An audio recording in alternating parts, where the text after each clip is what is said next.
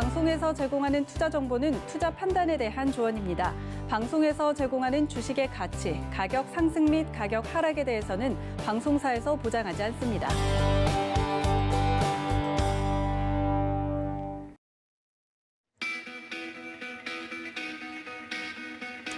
네, 여러분 안녕하십니까? 고수익 작전 타임 김성입니다. 참 우리 마음대로 움직여주지 않는 시장입니다. 어제 출발만 하더라도 빨간불을 켜내면서 오늘은 좀 긍정적으로 봐도 되겠구나 싶은 희망을 좀 가졌었는데 11시를 기점으로 중국 시장이 하락으로 접어들면서 같이 낙폭을 키워간 우리 시장이었습니다. 코스피가 3,000선이 깨지고 코스닥은 900선의 턱걸이를 했는데요. 그런가 하면 또 환율은 7원이 넘게 오르면서 1,130원대로 단숨에 뛰어 올랐습니다. 참 여러모로 우리 시장이 우호적인 환경이 만들어지지 않고 있습니다. 하지만 시장이 어려울수록 작전은 더 치밀하게 세워봐야겠죠. 오늘의 투자 작전 화면으로 먼저 확인하시죠. 네, 오늘의 투자 작전입니다. 먼저 김민수의 작전 키워드 이번 주 이슈 포인트 6입니다. 이번 주 시장에서 챙겨봐야 할 이슈 함께 짚어봅니다. 네, 이어서 허반석의 작전 리포트 시간에는요. 구조적 안정기 돌입이라는 이마트 종목 리포트 분석해봅니다. 네, 마지막으로 하치기의 고수익 낚아채기 시간에는요. 국제 곡물 가격 상승에 수혜볼 종목 함께 찾아봅니다.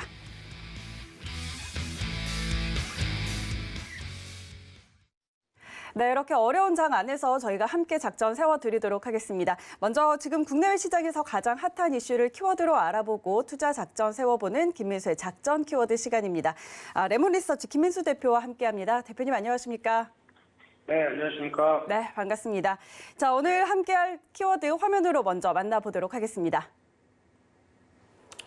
네, 오늘의 키워드입니다. 이번 주 이슈 포인트 6 뽑아 오셨는데 어제 코스피가 3,000선 아래로 다시 내려왔습니다. 이렇게 변동성 키워가는 시장 안에서 저희가 이번 주에 좀 집중해봐야 될 이슈들 꼽아 오셨습니다. 어떻게 작전 세워볼까요? 네, 작전을 세워야 되는데 시장이 녹록지 않다 보니까 참 어려운 시점인데요. 네. 또 반대로 보게 되면 저희가 3,000선 올해 1월 달에도 3,000선이 안 됐었습니다. 그러다가 꾸준히 올라서 한 3,200까지 보여주고 밀리다 보니까 지금 시장 분위기는 솔직히 지난 코로나19 사태만큼이나 고점에서 밀리는 게 괴로운 게 현실인데요. 그런 이런 여러 가지 변동성을 키우는 요인들 이번 주도 상당히 많을 것 같습니다. 그래서 하나씩 또 챙겨보게 되면요.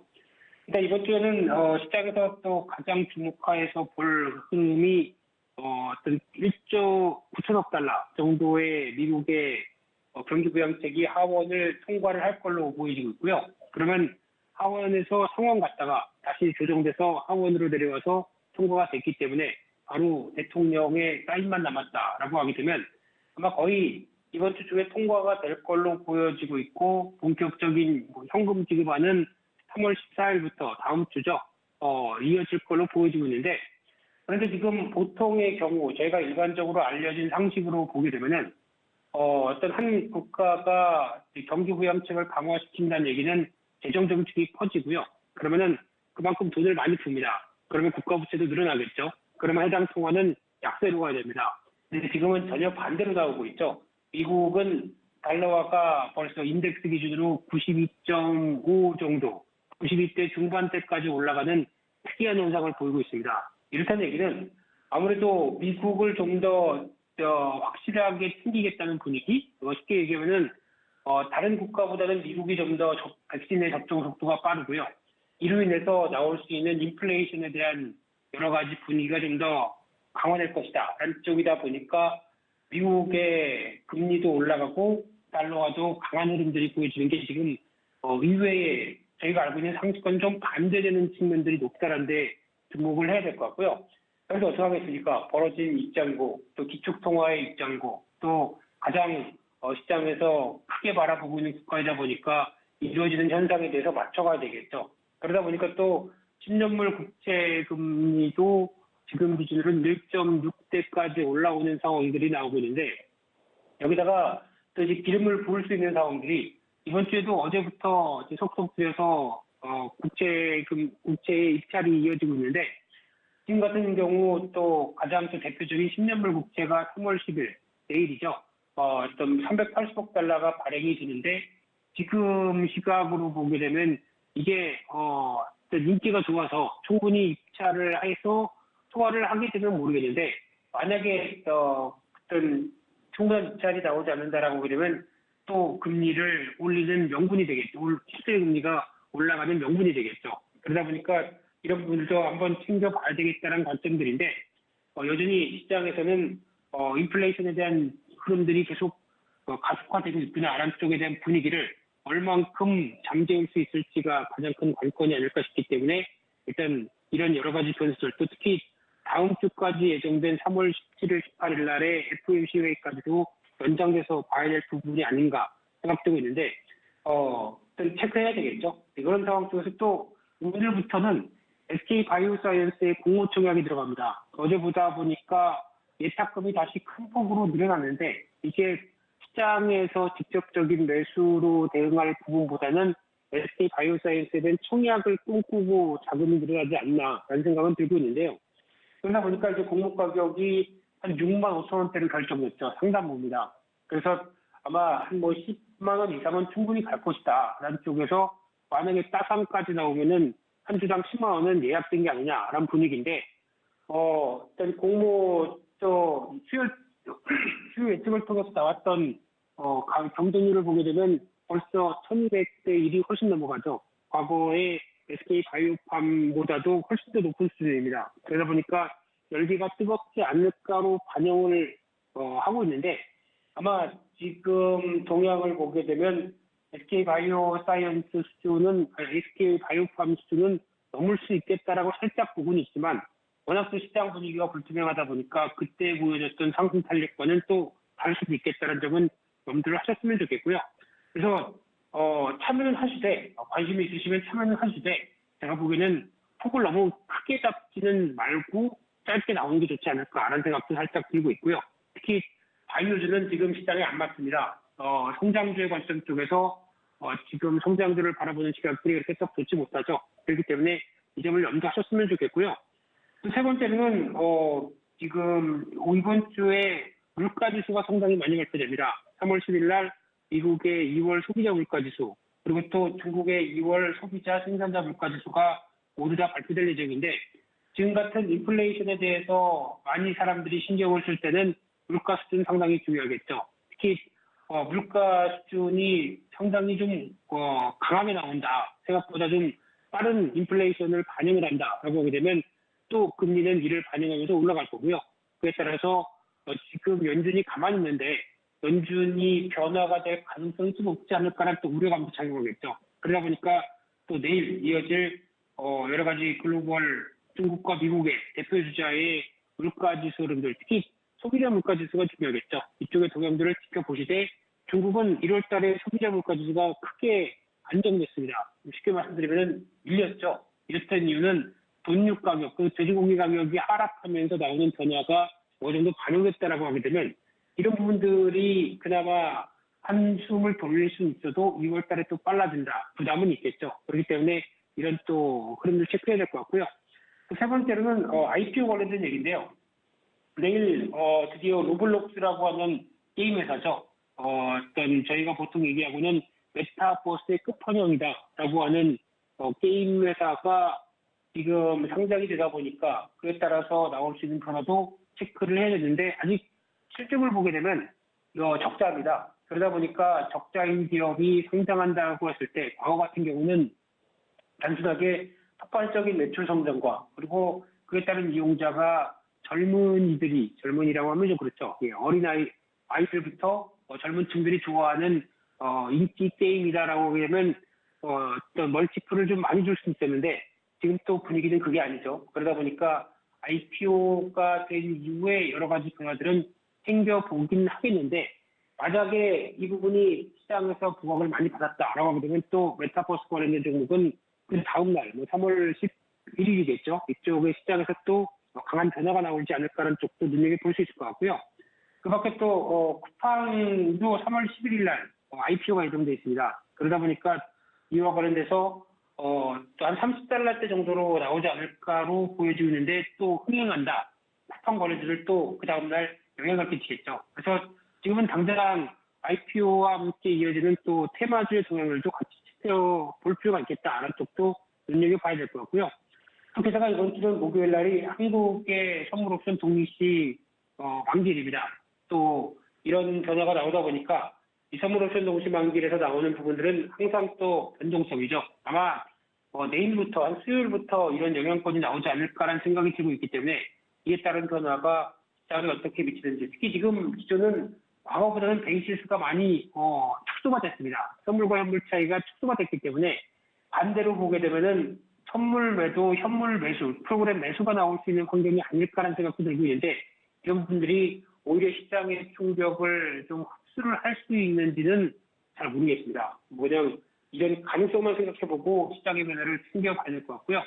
또 마지막으로는 금요일 날 같은 경우가 이제 선물 옵션 동시 만기일이 끝나기 때문에 시가총액 규모별 사이즈가 정기 변경이 됩니다. 그러다 보니까 대형주에서 중형주로 가는 급이 가장 또 수익률이 좋았다는 분석이기 때문에 이번에 포스코 인터내셔널, 현대해상, BNK 금융지주, KCC가 주목을 받고 있는데요. 그 관련된 종목 쪽으로 받고 있는데, 그래도 지금 인플레이션의 흐름에 따라서 금융주가 부각받는 만큼 현대해상이나 BNK 금융지주가 장기적인 관심이 필요하지 않을까로 정리를 하면서 이번 주도 일단 변동성 관리 잘하자, 이런 쪽에 포인트를 맞춰야 될 것 같습니다.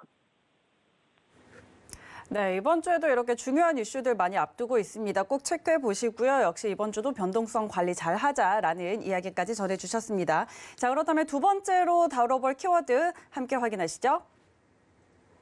네, 오늘의 두 번째 키워드입니다. 하락장 선방한 엔터주라고 꼽아 오셨네요. 네, 이렇게 시장이 하방 압력을 강하게 받고 있는 가운데 그나마 엔터주가 좀 선방하는 모습인데 엔터주 관련한 작전 어떻게 세워볼 수 있을까요?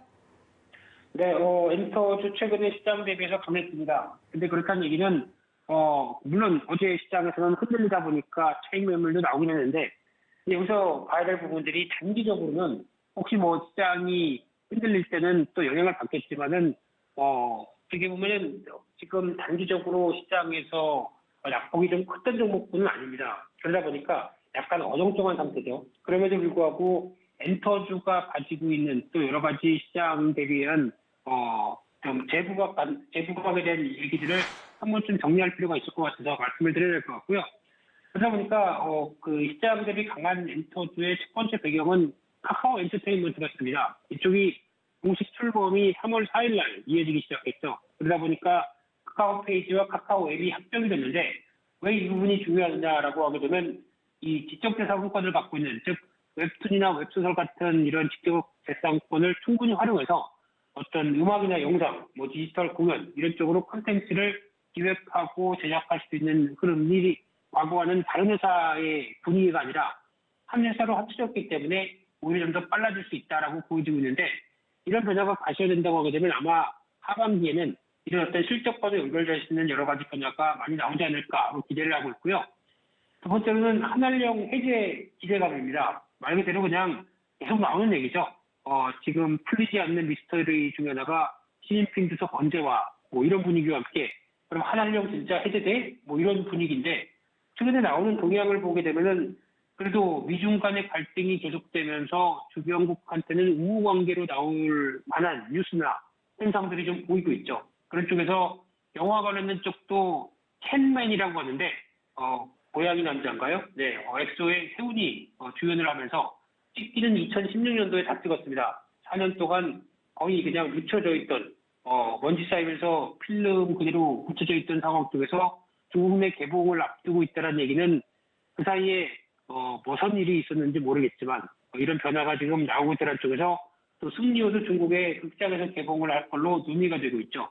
이런 변화를 보게 되면 조금씩 풀리는 게 아니냐라는 기대감이 나오고 있는데, 제가 또 중국에서 한국 게임의 판호를 접수해라라고 얘기를 했습니다. 접수를 하는 거 가지고는 큰 변화는 없겠죠. 통과가 돼서 판호를 발급받아야 되겠죠. 근데 그냥 접수해라라는 거 가지고 기대감이 커졌다는 거 보는 아직은 좀 결과를 확인해야 될 것 같고요. 여러 가지 기준은 나오는데 실질적인 변화는 조금 더 시간이 필요하지 않을까로 바라보고 있는데, 더 확실한 쪽은 그래도 OTT 업체들의 발빠른 움직임이겠죠. 넷플릭스 같은 경우도 보통 연간 매출의 80%를 투자합니다. 그만큼 그래야 넷플릭스에 대한 위상이 이어지겠다라고 저쪽에서 투자를 많이 하는 회사인데 올해 같은 경우도 예상 투자 금액이 한 20조 가까이 될 거고요. K 컨텐츠는 그 중에서 좀 더 쓸지 하는 생각은 들고 있는데 5,500억을 투자할 걸로 지금 알려져 있습니다. 뭐 예상보다 더 쓸 수는 있겠죠. 반응이 좋으면요. 근데 이런 상황이라고 하게 되면 보통 한 5,500억 정도 된다라고 했을 때 한 작품당 뭐 2, 300억 정도 생각을 하게 되면은 약간 지금 기준으로 봤을 때는 적어도 2, 30편 정도는 추가로 나오면서 이어질 수 있지 않을까라는 생각인데 그렇게 되면 어떤 변화가 나오냐면 지금 공급사 입장 쪽에서 콘텐츠를 만드는 제작사 입장 쪽으로는 이런 지금 넷플릭스로 들어갈 수 있는 그게 한 두세 개 정도 된다, 한두 개 정도 적응이 된다라고 하게 되면 그만큼 현금 흐름이 안정적이겠죠. 그에 따라서 콘텐츠 제작가들은 안정적인 현금 바탕을 가지고 만들었을 때 좀 더 아이디어나 뭐 기획력이 뛰어날 수가 있지 않을까라는 생각이 들고 있는데 그에 따라서 지금 나오고 있는 대표적인 콘텐츠 중소형 제작사들도 상당히 인기가 주가도 견조하다는 측면 쪽에서 해석을 할 수 있을 것 같고요. 게다가 또 디즈니 플러스도 뛰어들고 국내 토종 OTT도 우리도 안 되겠다 해서 뛰어들게 되면 계속 콘텐츠 제작사들의 물가는 높아지겠죠. 게다가 또 미나리라고 하는 영화가 개봉을 했는데 국내에서도 개봉하고 해외에서는 호평이고 또 오스카상을 받는다라고 하게 되면 또 재조명이 계속 나올 수 있는 부분들이라는 쪽도 눈여겨볼 수 있을 것 같고요. 그런데 기존에 엔터사들이 IT 기업과 손을 잡기 시작합니다. 대표적인 빅히트와 네이버가 지금 V라이브죠. 이쪽을 통해서 인수를 한 뒤에 지분을 또 교차하고 거기다가 이런 어떤 위버스라는 플랫폼을 통해서 다른 기획사들의 가수들도 충분히 이용할 수 있다는 쪽에 플랫폼식으로 바꾼다는 쪽도 상당히 눈길이 가고 있는데 또 최근에는 SM이나 JYP 마찬가지로 여러 가지 중국 쪽의 음원의 공급을 계속 확대하는 상황들이고요. 또 소프트뱅크와는 AR, VR 기술을 활용한다라고 하게 되면 또 최근의 대세인 메타버스죠. 이쪽도 계속 활용할 수 있겠다는 지각들도 조금 더 확장된 여러 가지 변화를 기대한다라는 쪽으로 볼 수 있을 것 같고요. 또 앞서 말씀드렸던 메타버스가 지금 가장 활용이 높을 수 있는 부분들은 또 K 컨텐츠다. 대표적으로 한국의 아티스트를 활용을 해서 이를 또 팬사인회를 하는 대표적인 게 지금 뭐 제페토의 분위기죠. 이런 쪽과 함께 콘텐츠를 계속 변화할 수 있는 또 하나의 매개체가 메타버스가 될 수 있겠다. 그런 관점이다 보니까 상당히 기대감이 높은데요. 그러다 보니까 지금 최근에 대표적인 엔터사들의 올해 실적 전망을 보게 되면 대표적으로 NC소프트 게임 쪽의 흐름도 한 50% 이상 증가, 빅히트 같은 경우는 70% 이상 증가할 걸로 강한 성장을 예고를 하고 있는 상황들인데요.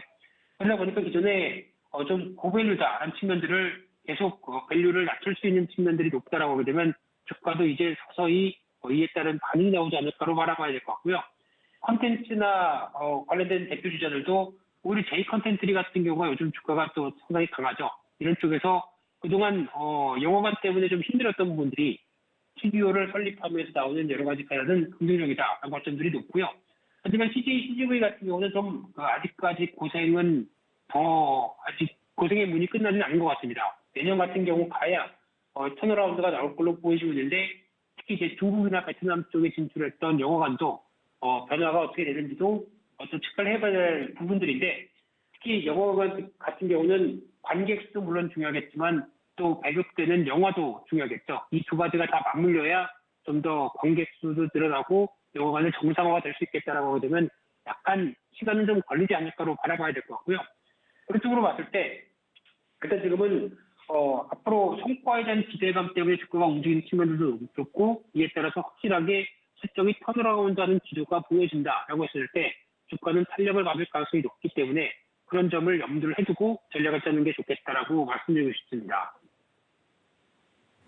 네, 지금 엔터주와 관련한 투자 전략들 같이 세워봤습니다. 자, 오늘 시장 대응 작전도 함께 챙겨주실까요? 네, 오늘 시장 바라보는 게 또 편하지만은 않습니다. 어제 3천선이 이탈되고 어제 보다 보니까 중국 증시가 2%대 이상, 2.3%대 하락했고요.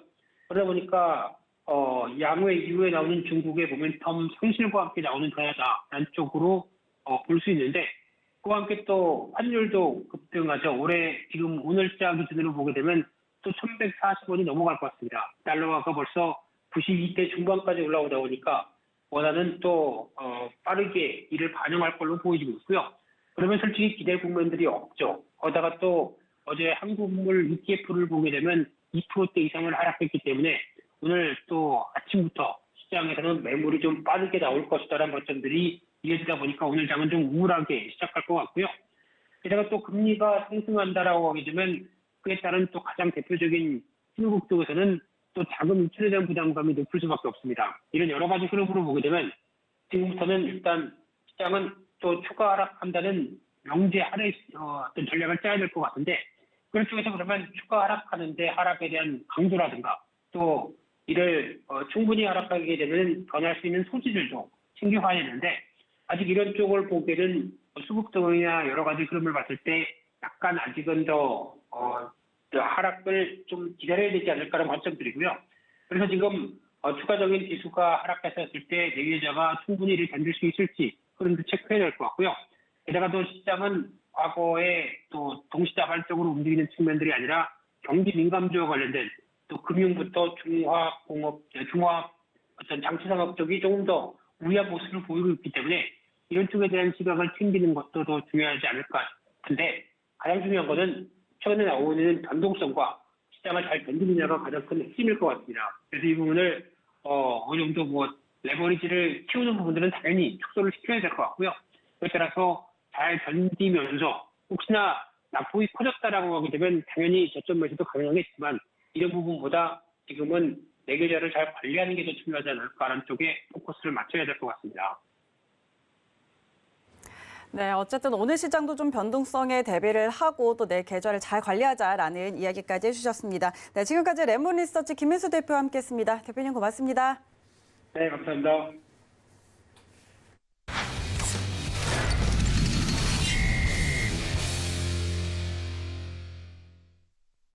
네, 이어서 허반석의 작전 리포트 시간으로 넘어가 보도록 하겠습니다. 자, 오늘도 이렇게 증권가에서는 리포트들이 쏟아져 나오고 있는데요. 자, 이 시간 통해서 함께 분석해 보도록 하겠습니다. IR 분석이신 샘플러스 허반석 전문위원과 함께합니다. 위원님 안녕하십니까?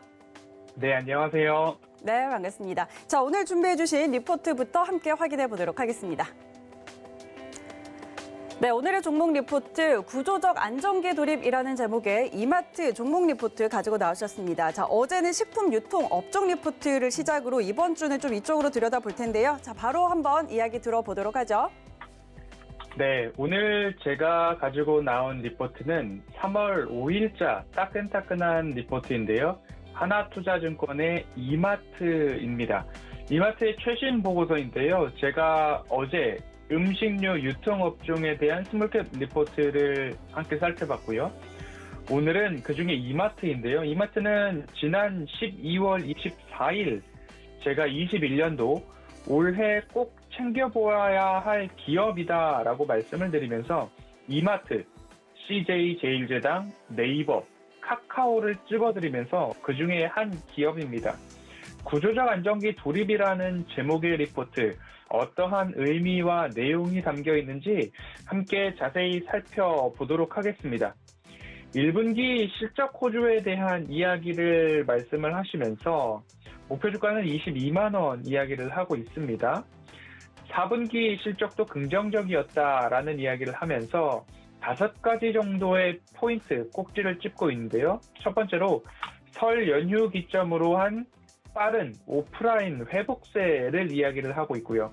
그리고 펜트업 수요라고 제가 말씀을 드리고 있는 가전 및 가구 매출 기여도에 대한 부분, 그리고 세 번째로 비수익 점포 폐점으로 인해서 수익성 향상이 되고 있다라는 그런 부분들, 그리고 SSG.com이라고 하는 쓱닷컴 적자폭 감소에 대한 부분들, 그리고 온라인 식품 관련 섹터의 고성장이 이쪽 쓱닷컴을 비롯한 쿠팡 상장에 대한 수혜 기대감까지도 좀 지속되고 있는 그런 모습입니다.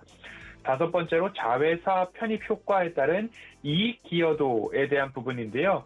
이러한 이유들을 들면서 목표 주가 22만 원을 이야기를 하고 있는 상황입니다. 그리고 1분기 총 매출에 대한 이야기가 함께 나오고 있는데요. 1분기 총 매출액 5조 9천억 원을 넘어가는 모습입니다. 전년 동기 대비로 따진다라고 한다면 14% 증가에 가까운 모습이고요. 영업이익 또한 979억 원으로 전년 동기 대비 100% 이상 상승해가는 그런 모습입니다. 자회사에 대한 이야기를 좀 더 자세히 짚고 있는데요.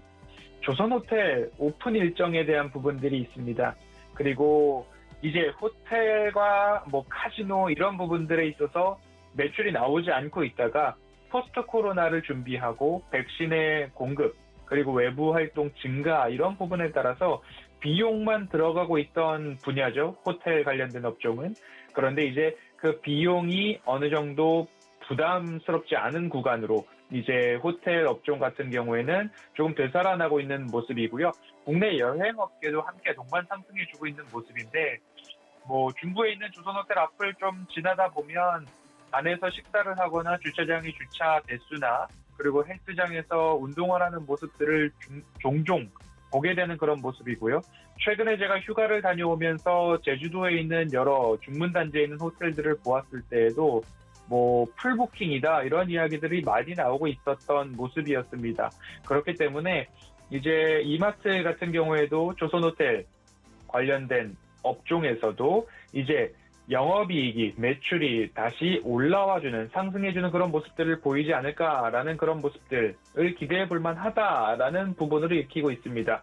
그리고 추후에 역삼역 르네상스 호텔 사거리에 있는 그 부지죠. 그곳에서도 뭔가 일정이 일이 예정돼 있는 모습은 아닌가라는 기대감까지도 있습니다. 그리고 이제 신세계푸드, 이마트24, 쓱닷컴 등에서 고른 수익성들이 이마트에 포진되어 있기 때문에 향후 매출 증대에 대한 포인트를 조금 더 강하게 기대하고 있는 모습입니다. 쓱닷컴이라고 하는 이제 SSG닷컴이죠. 오픈마켓 진출로 레벨업을 이제 준비하고 있는 모습입니다. 식품 부문 경쟁력을 조금 강화할 것으로 보여지고요. 상품군, 이제 오픈마켓이라고 하면 많은 사람들이, 셀러들이 이제 참여할 수 있는 마켓, 온라인 플랫폼으로 좀 이해를 해주시면 좋을 것 같고요. 그렇게 되면 다양한 상품을 판매할 수 있는 그러한 플랫폼으로 성장이 되고요. 그렇게 된다면 곧 이어서 신규 고객들을 유치할 수 있는 그런 활로가 되지 않을까 보고 있습니다. 쿠팡에 대한 이슈, 이제 3월 11일 상장을 앞두고 있죠. 뉴욕 증시에. 그런데 그렇게 된다면 이 쿠팡에 대비해서 쓱닷컴 또한 매출액과 영업이익, 현재로서는 저평가 구간이 아닌가라는 그런 부분으로 지속적인 기대감을 올려가고 있는 모습입니다. 그리고 쓱닷컴 같은 경우 오픈마켓으로 확장되었을 경우에 이마트라는 오프라인 매장과 연계를 해서 O2O 전략을 이어갈 수 있는 그런 부분들도 좀 기대가 됩니다. 오픈마켓으로 많은 셀러들이 참여를 하고 신규 고객들도 늘어나고 그리고 이 포스트 코로나 시절에 이마트 매장과 연계해서 이제는 오프라인에서 만날 수 있다라는 그러한 포인트로 초점을 맞춰서 시너지를 꾀한다면 분명 포스트 코로나 이후에 매출 증대까지 이어질 수 있다라는 그런 기대감들이 있습니다. 다른 타 점포들이죠. 홈플러스나 롯데마트나 이런 점포들은 코로나를 지나면서 점포 수를 대폭 줄여왔습니다. 그런데 실제로 경쟁하던 업체들이 좀 줄어들었는데 이마트 같은 경우에는 점포 수를 줄이진 않았습니다. 오히려 건물 매각을 하고 이마트가 있던 건물은 매각했지만 그 안에 이마트는 그대로 남겨놓고 다시 재계약, 임차를 함으로써 이마트 점포수는 절대 줄이지 않겠다라는 전략이 어느 정도 빛을 발할 때가 1분기부터 혹은 지난 4분기부터 나타나고 있다는 거죠. 롯데마트나 홈플러스가 없어진 곳에서의 이마트 점포의 매출이 지난 대비, 경쟁했던 시절 대비 10%가량 상승해주고 있다는 통계치가 나오고 있는 만큼 그러한 부분에서도 이마트는 아직까지 매력적이다라는 그런 부분으로 이해를 해주시면 좋을 것 같습니다. 실적을 좀 보면 좋을 것 같은데요. 이마트의 실적과 컨센서스 추이입니다. 20년도 매출액부터 본다라고 한다면 지금 22조부터 이제 전년 동기 대비 15% 상승했던 그런 모습이고요. 영업이익은 2,372억 원으로 20년도 57% 증가한 부분입니다. 21년도도 이제 증가하는 모습인데요. 1분기부터 총 매출 이익률입니다. 25%, 26%, 26.4%까지 상승해주고 있는 모습이고요. YOY 이제 연간 기준으로 본다면 25%, 26.4% 꾸준히 25% 이상을 조금 증가해주는 그런 모습입니다. 그리고 영업이익 같은 경우에도 지금 꾸준하게 성장해주는 모습인데요. 19년도 이렇게 증가하고 있는 모습들이고 조금 영업이익률 측면에서 봤을 때에 제가 집중해서 보는 부분이 21년도 1.7%까지 영업이익률이 성장해 주는데요. 20년도는 0.8% 그리고 올해 이제 지난해 1.1% 그리고 올해 1.7%까지 좀 상승해 주고 있는 그런 모습이기 때문에 조금 앞으로도 기대가 되는 그런 관점들이 있습니다.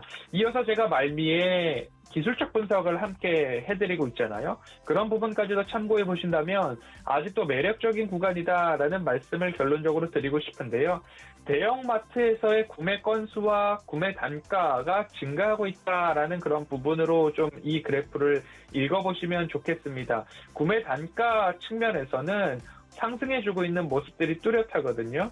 코로나19의 진정세, 그리고 이어서 외부 활동의 증가, 고스란히 이마트의 매출과 이익으로 반영될 전망이다라고 좀 보시면 좋을 것 같고요. 대형마트에서의 대형 가전과 그리고 문화상품권 쪽에서의 상품군 쪽에서의 매출액 증가도 조금 꽤 볼 수 있을 것 같습니다. 20년도부터 이제 저점을 찍었습니다. 20년도 저점을 찍고 난 이후에 빠르게 상승폭 플러스 전환을 하고 그리고 나서 20년도 10월 달까지 급속도로 성장해줬던 그런 모습을 볼 수 있습니다. 그렇기 때문에 포스트 코로나 앞으로 어느 정도까지 증가할 것인가에 대한 기대감 측면으로 보면 좋을 것 같고요. 온라인 식품 시장에서도 성장률은 우상향하고 있다. 그리고 SSG.com도 또한 이 취급고 자체가 굉장히 증가하고 있다라는 그런 부분으로 좀 읽히는 그런 리포트였습니다. 그리고 포스트 코로나 수혜감에 대해서 조금 더 언급을 했으면 좋을 텐데 워낙 시장에 많이 저도 소문을 냈던 그런 부분입니다. 스타벅스 커피 코리아에서 포스트 코로나 영업이익 증대, 매출액 증대 포인트를 잡을 수 있을 것 같고요. 앞서 말씀드렸듯이 조선호텔에서 코로나19 진정세 이후 매출 증대에 대한 기대감, 그리고 스타필드에서 외부 활동 증가에 따른 수혜 기대감, 이렇듯이 매출 증대 포인트들이 다양하다라는 그런 포인트로 좀 이해를 해보시면 좋지 않을까 싶습니다. 어제 함께 살펴보았던 이제 스몰캡 리포트 이후에 나와 있는 내용입니다. 할인점 산업 구조조정에 따른 반사수의 이야기를 하고 있는데요. 주력 경쟁사 할인점이 구조조정, 폐업을 했죠. 폐점을 했습니다. 그렇기 때문에 앞으로 그 효과가 이제부터 나올 것이다. 그리고 폐점한 점포 주변의 매출 성장률이 뭐 전년 대비 또는 그 경쟁할 때 대비 10%포인트 이상 높게 나오고 있다라는 부분으로 키움증권 리포트 같은 경우는 목표 주가 25만 원을 산정하고 있는 그런 모습입니다. 그렇기 때문에 이제 기술적 분석으로 한번 살펴보도록 하겠습니다. 현재 제가 자랑 삼아 말씀을 드렸던 그런 포인트는 제가 12월 24일 이날 내년도 꼭 가져가셔야 된다라는 매수 포인트를 한번 잡아드렸다라는 그런 부분들은 다시 한번 저도 워낙 기분 좋은 일이었고 가족분들도 좋은 수익률을 거두셨기 때문에 그리고 지금도 장기적인 관점으로 보유하실 분들은 보유해 가고 계시는 그런 포인트들이 있습니다. 그렇다라고 한다면 언제쯤 우리는 다시 이마트를 매수할 수 있는 시기가 올 것인가에 대한 질문들을 워낙 많이 받아오고 있습니다. 한번 그 부분을 살펴본다라고 한다면 이마트 차트를 긴 하락 이후에 횡보에 대한 부분들 그리고 재차 추세선을 잡아본다라고 한다면 이제는 이런 추세가 조금씩 만들어지고 있는 모습입니다. 조금 더 디테일하게 추세를 잡아본다라고 한다면 이렇게 조금 포인트들이 나오는데요. 그 포인트들마다 일부 하락 조정들이 나왔습니다. 상승 후 하락, 그리고 상승 후 하락, 그리고 또 상승 후 하락. 지금도 마찬가지로 이제는 조금 너프하게 상승 후 하락, 상승 후 하락이 조금 나오고 있는 모습들인데요. 이때마다 이 추세선에 닿아지는 모습들, 매수 타이밍들이 일부 나오고 있는 구간들이 포착이 되고 있습니다. 그렇기 때문에 이 추세선 따라서 한번 매수 타이밍을 잡아보시면 좋을 것 같고요.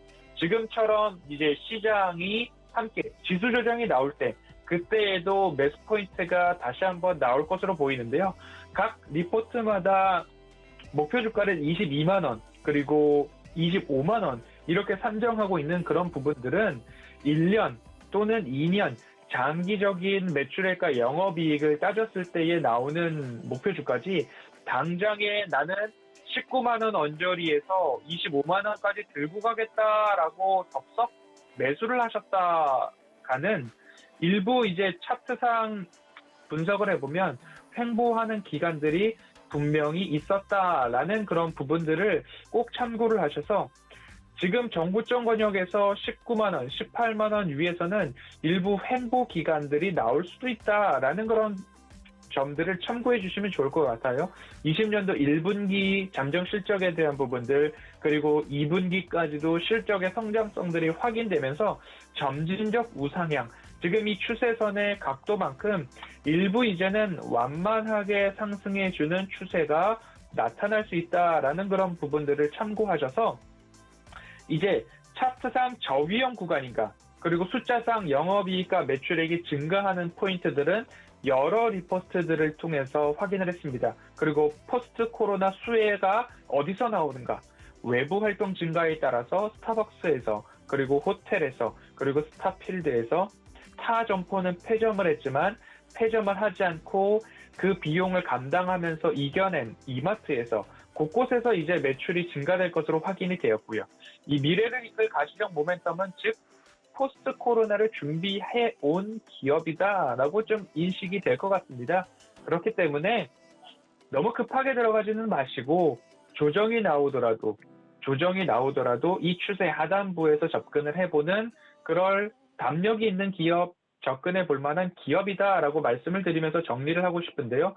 너무 급하게 따라가지 마시고 단숨에 오를 기업은 아니다 이제는 그런 두 가지 포인트를 좀 유념하셔서 이마트도 관심을 가져볼 만하다라고 지난해 그리고 지금 3월 5일 따끈따끈한 리포트 두 가지를 함께 살펴보면서 이마트 이제는 제가 방송에서 더 이상 말씀을 드리지 않아도 될 만큼 충분히 설명을 드린 것 같다라고 정리해 보겠습니다.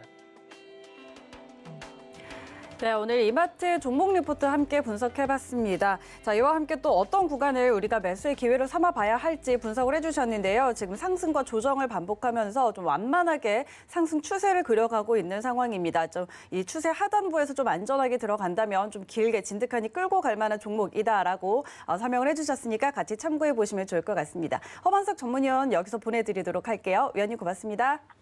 감사합니다. 네, 이어서 저희는 종목 낚아채기 시간으로 넘어가 보도록 하겠습니다. 이 시간 하채기 위원과 함께 제가 하루하루 종목을 낚아채 보고 있는데요. 자, 이 시간도 샘플러스 하채기 전문위원과 함께합니다. 위원님 안녕하십니까? 네, 안녕하세요. 하채기 위원입니다. 네, 반갑습니다. 자, 매일매일 세 종목씩 저에게 떡밥 종목을 던져주고 계시는데 자, 오늘은 어떤 종목들 들고 나오셨을까요? 네, 오늘은 한일사료 우리넷 재룡 전기를 말씀드리도록 하겠습니다. 자, 한일사료 같은 경우는 배합사료를 생산을 하고 판매까지 하는 업체가 좀 되겠고요. 주요 제품으로는 추구사료라든가 양계사료 등을 좀 보유를 하고 있고 양계사료 부분에서 벤처 인증을 획득한 매직사료 브랜드를 지금 보유를 좀 하고 있다 이렇게 보시면 될 것 같습니다. 그리고 수입류 유통업체의 K미트를 100% 자회사로서의 좀 보유를 좀 하고 있다. 그리고 최근에 지금 보시면 아시겠지만 이 금리가 특히 미국 국채 금리가 변동성을 좀 주고 있는 이유가 원자재 가격이 오르면서 인플레이션, 그다음에 인플레이션 부분에 있어서 보다 보니까 금리가 좀 움직이는 그런 부분. 그러면서 글로벌 시장들에 대한 좋지 않은 흐름을 좀 보이고 있는 그런 상황인데요. 그러다 보니까는 이 곡물 가격 상승에 따라서 이 사료주들이 또 수혜를 좀 볼 수 있겠죠. 아무래도 사료 같은 경우는 이제 옥수수가 좀 많이 좀 들어가기 때문에 그래서 옥수수 가격이 좀 많이 상승한 부분에서 좀 수혜를 좀 볼 수 있다라는 말씀을 좀 드리겠고, 그다음에 아프리카 돼지열병 관련된 종목으로서도 우리가 좀 보셔도 되겠다라는 말씀을 드립니다.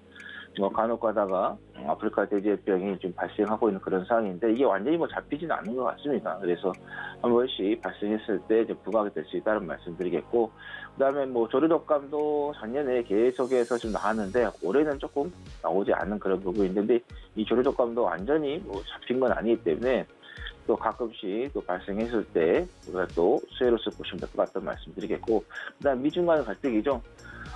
또 어제 같은 경우 중국 시장이 좀 많이 좀 흔들리면서 아시아 시장들도 좀 좋지가 않았었는데 이제 그 이유는 이제 중국 양해에서 미국 쪽에다가 간섭하지 말라라는 이야기가 나오면서 이게 갈등이 수위가 좀 올라가면서 좋지가 않았는데 그래서 미중 갈등으로서도 우리가 좀 보시면 되겠다는 말씀드리겠고, 그 다음에 우리넷 같은 경우는 강통신 장비인 MSPP 제품하고 그 다음에 음성 서비스를 기반으로 한 LGW 장비를 좀 제조를 하고 있다. 이걸 제조를 해서 기간통신 사업자들에게 좀 판매를 좀 하고 있는 회사다라는 말씀드리겠고, 그 다음에 이제 주요 이제 거래처 같은 경우는 KT라든가 SK 그룹, 그 다음에 LG 유플러스 등, 그리고 한국철도 시설공단, 공사, 그다음에 도로공사, 한전 등이 좀 있겠다. 그래서 안정적인 거래처를 좀 확보하고 있기 때문에 쉽게 말하면 매출 채권 같은 경우 이런 시기에는 쌓이지 않는다 이렇게 보시면 될 것 같고, 그다음에 OLED 장비 및 소재 사업을 좀 진행을 좀 하고 있기 때문에 그래서 디스플레이 쪽에서의 OLED 시장이 앞으로 계속해서 성장해 나갈 것인데 그 관련된 종목으로서 좀 보시면 되겠다는 거고, 그다음에 양자 암호 통신이죠. 이걸 SK 브로드밴드하고 컨소시엄을 통해서 공급이라든가 산업, 의료 등 이 8개 구간 전송 장비를 좀 공급을 좀 하고 있다 이렇게 보시면 되겠고, 그다음에 글로벌 양자 암호 시장 같은 경우는 이 3년도까지에서요 5억 달러 정도 좀 전망이 된다. 그리고 그다음에 재난 관련된 통신 모듈이라든가 모델 인증에 있어서 국내 최초로 좀 완료했다. 그리고 고속철도 특화된 네트워크 장비죠. PTN을 좀 보유하고 있기 때문에 이 철도주로서 좀 보시면 될 것 같은데 이제 서울시장 보궐선거 끝나고 나면은 대선이 이제 남아있기 때문에 그 관련해서 특히 여당 쪽 후보들의 정책으로서 우리가 좀 보시면 되겠다는 말씀드리겠고, 재룡전기 같은 경우는 배납기라든가 계폐기, GIS를 제조를 해서 만들어서 판매까지는 하고 있다 보시면 되겠고, 이런 배납기라든가 계폐기 같은 경우는 이 전봇대뿐만 아니라 이제 풍력이라든가 태양광 쪽에도 접목이 되는 그런 부분이 들어가기 때문에 리드의 정책으로서 보시면 될 것 같다는 거고, 그다음에 철도 쪽에도 이게 좀 들어가기 때문에 철도 사업에 대한 부분에서 정부가 25년도까지 해서 70조 원을 그냥 투자하겠다라는 이야기가 나왔기 때문에 관련된 종목으로서 보시면 될 것 같다는 거. 아까 우리넷 같은 경우 고속철도에 특화된 네트워크 장비를 좀 보유하고 있다 했는데 여기는 이제 철도 쪽에다가 변압기라든가 계폐기 이쪽이 들어가기 때문에 관련된 종목으로서 내년 선거를 좀 보면서 대선을 보면서 보시면 될 것 같고, 그 다음에 이제 최근에 이 재룡전기 쪽에서의 지중 외설형 SIDT를 좀 기술을 좀 가지고 있다 보니까 이게 이제 온실가스를 좀 줄이면서 땅이든 물속이든 오는이 다 이게 들어갈 수 있는 부분이 있다 보니까는 세계 업체들로부터 해서 러브콜이 좀 이어지고 있다 이렇게 보시면 되겠습니다. 네, 오늘 하체계 전문위원회 고수익 종목 한일사료, 우리넷, 재룡전기 이렇게 3가지 들고 나오셨는데, 자, 이 중에서 저는 오늘은 한일사료를 조금 낚아채 볼까 합니다. 이 종목 가격 전략은 어떻게 세워볼 수 있을까요? 네, 제가 이 한일사료 같은 경우는 여러 번 소개를 드렸었는데 오늘 앵커님께서 선택을 하셨는데, 일단은 지금 이 미국 나스닥 같은 경우도 이렇게 급락이 나왔는데 이 금리 변동성 때문에 나왔죠. 근데 이제 그게 이제 국물 가격 상승으로 해서의 그 영향을 좀 받으면서 그런 흐름을 좀 보이고 있는 그런 상황인데, 어제 한일사료 같은 경우도 국내 시장이 좋지가 않았기 때문에 밀렸었어요. 근데 장후반에 와서는 그 밀렸던 것을 다 회복을 하면서 플러스로 마감이 되는 그런 상황이 됐는데, 뭐 주가의 지금 흐름을 좀 봤을 때 지금 박스권을 지금 만들고 있으면서 빠질만 하면은 다시 회복하고 또 어느 정도 올라가면 다시 내려가면서 왔다 갔다 하고 있는 그런 부분인데, 일단은 지금 뭐 곡물 가격 상승한 부분, 그다음에 변동성이 그 국제 금리가 움직이는 그런 부분에 있어서 우리가 좀 수혜가 될 수 있는 그런 부분이기 때문에, 그래서 지금 매수가 같은 경우는 어제 1,830원에 마감을 했지만 1,820원에 매수가를 한번 잡아보시면 되겠다는 말씀드리겠고, 자, 목표가 같은 경우는 2,200원 잡고 한번 대응을 좀 해보시라는 말씀 드립니다. 그래서 지금 사료주 종목에서는 가장 선두로 가고 있는 게 이제 팜스토리죠. 가장 먼저 좀 치고 나가고 있는 그런 부분인데, 팜스토리를 치고 나서 후발주자로서도 우리가 한일 사료를 좀 보시면 되겠다는 말씀드리겠고, 손절 라인은 1,790원 잡고 대응을 해보시라는 말씀 드리겠습니다. 네, 오늘 종목 한일사료 가격 전략 같이 살펴봤습니다. 일단 국제 곡물 가격 상승에 수혜를 입을 수 있는 종목이고요. 어제 종가보다 낮은 1,820원에서 매수가 제시해 주셨습니다. 잠시 후에 저도 개장하면 잘 담아보도록 하겠습니다. 자, 여러분 하재기 전문위원 여기서 보내드리고 저희는 잠시 후에 만나도록 할게요. 뵙겠습니다.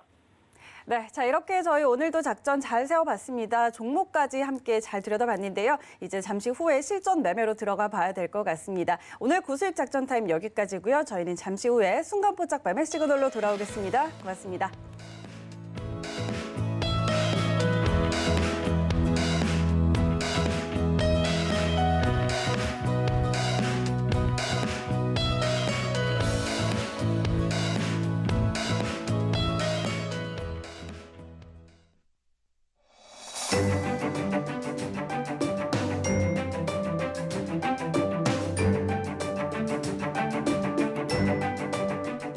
안녕하세요. K웨더 라이프스타일 예보 김단비입니다.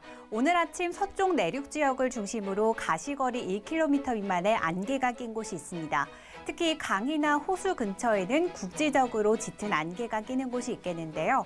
출근길 운전 시 차간 거리를 넉넉하게 유지하는 등 교통안전에 각별히 주의하시기 바랍니다. 한편 오늘도 대체로 포근하겠습니다. 아침 기온 서울이도 춘천은 영하 2도로 시작하고 있는데요. 다만 한낮에는 아침에 비해 기온이 크게 오르며 일교차가 크겠습니다. 서울의 낮 기온 13도, 춘천 14도로 하루 사이에 일교차가 10에서 15도 안팎으로 매우 크게 벌어지겠습니다. 환절기 건강관리에도 신경 쓰셔야겠습니다.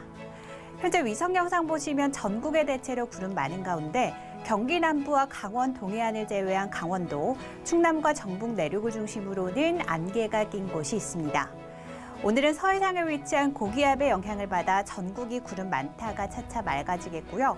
국내외에서 발생하고 유입되는 대기오염 물질의 영향을 받으며 전국의 미세먼지 농도는 나쁨 단계를 보이겠습니다. 다음은 자세한 지역별 날씨입니다.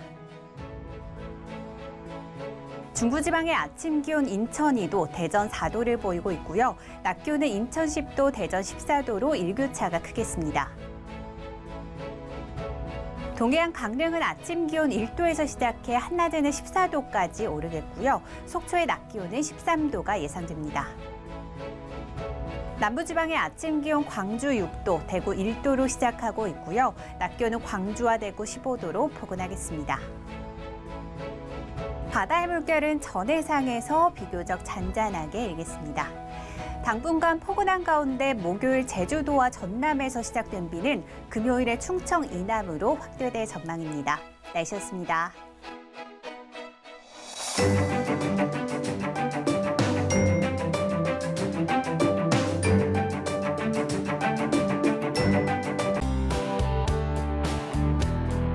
방송에서 제공하는 투자 정보는 투자 판단에 대한 조언입니다. 방송에서 제공하는 주식의 가치, 가격 상승 및 가격 하락에 대해서는 방송사에서 보장하지 않습니다.